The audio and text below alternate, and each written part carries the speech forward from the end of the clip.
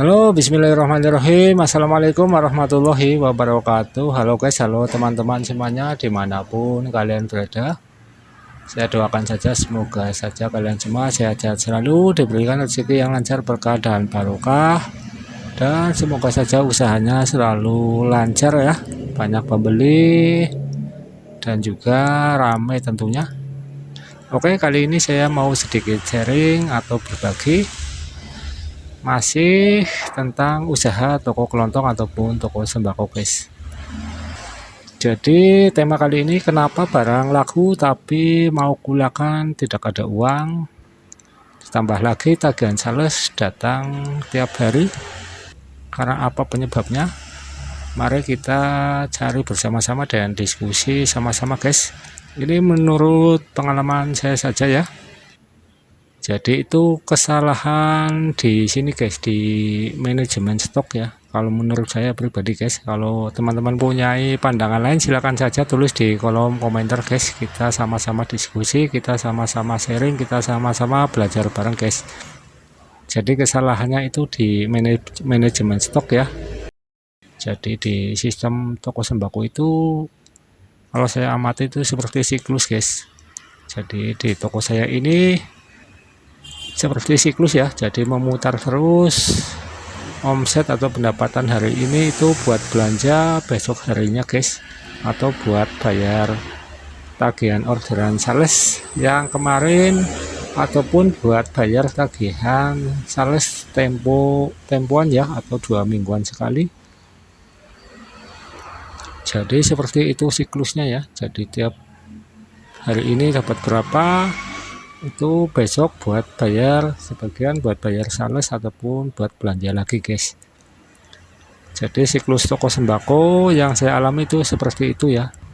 Berdasarkan pengalaman pribadi itu, jadi keuangan di toko itu harus di manage ya, ataupun diatur keuangannya biar nanti tepat sasaran dan pemilik warung tidak bingung ya buat bayar tagihan sales yang terus berdatangan tiap harinya. Terus bagaimana mengatur keuangan toko supaya tidak bingung untuk membayar sales, untuk berbelanja lagi dan lain-lain. Itu kita harus mengaturnya sendiri guys sebagai pemilik warung ya. Menurut pengalaman saya itu harus diatur sendiri. Terus bagaimana mengatur keuangan toko supaya toko kita tidak bingung untuk membayar tagihan sales dan lain-lain. Yang pertama itu ini guys, belanjakan barang dagangan yang perputarannya cepat dulu ya. Jadi di setiap toko pasti beda-beda barang apa saja yang cepat laku, itu beda-beda guys antara toko yang satu dengan toko yang lain ya. Jadi pemilik toko tinggal menyesuaikan saja. Kalau sembako barang yang cepat laku biasanya seperti kayak beras, terus kayak minyak, terus kayak sabun, itu biasanya cepat laku guys, terigu, rokok ya, dan lain-lain ya. Terus bagaimana mengatur keuangan toko supaya toko kita tidak bingung ya dalam untuk berbelanja lagi atau membayar sales. Yang kedua itu kurangi barang dagangan yang lambat perputarannya guys. Jadi setiap toko pasti beda-beda ya, ada barang apa saja yang perputarannya lambat, pasti pemilik toko lambat laun tahu dengan sendirinya guys. Itu menurut pengalaman saya ya. Jadi setiap daerah atau toko pasti beda-beda. Mungkin di toko A barang tersebut perputarannya cepat, belum tentu di toko B ya. Kadang di toko B malah barang tersebut perputarannya mungkin lambat ya. Jadi selalu ada yang lambat, ada yang cepat, itu berbeda-beda guys. Mungkin malah di toko B barang tersebut malah perputarannya cepat seperti itu ya. Di toko A perputarannya lambat. Jadi berbeda-beda di setiap lokasi atau setiap toko, tidak bisa disamakan. Jadi pemilik toko tinggal menyesuaikan saja bagaimana enaknya. Terus yang ketiga, kesalahan atau bagaimana mengatur keuangan toko supaya toko kita bisa buat belanja lagi dan tidak bingung buat bayar tagihan listrik, itu omset uang dagangan buat beli barang yang sekategori guys. Jadi maksudnya seperti ini ya. Misal omset kategori rokok hari ini dapat 500.000, berarti uang 500.000 tersebut harus buat kulak atau belanja lagi untuk kategori rokok lagi guys, jangan yang lain ya. Jadi ini harus didisiplinkan. Terus misalkan lagi kayak omset sabun hari ini dapat 200.000, berarti uang 200.000 tersebut harus buat kulak atau belanja lagi kategori sabun lagi guys, jangan yang lain ya. Seperti itu terus guys, jadi harus di manajemen ya, supaya nantinya toko kalian bisa berkembang guys. Terus yang berikutnya, bagaimana mengatur keuangan toko supaya bisa buat belanja lagi dan tidak bingung buat bayar tagihan salesnya. Yang keempat ya, atau berikutnya itu biasanya yang keempat, biasakan bayar apabila mengambil barang dagangan walaupun barang dagangan itu milik toko sendiri guys. Karena apa ya? Ya nanti barang habis gak dapat uang guys, buat belanja lagi dan buat bayar tagihan sales nantinya bisa keteteran karena barangnya habis nggak ada uangnya guys. Jadi baiknya dibiasakan bayar ya apabila mengambil barang dagangan walaupun toko itu toko milik sendiri guys. Jadi harus dibiasakan ya bayar walaupun toko kita itu toko sendiri ya guys. Terus yang berikutnya, bagaimana mengatur keuangan toko supaya bisa buat belanja lagi dan tidak bingung buat bayar tagihan salesnya. Yang keberapa ya?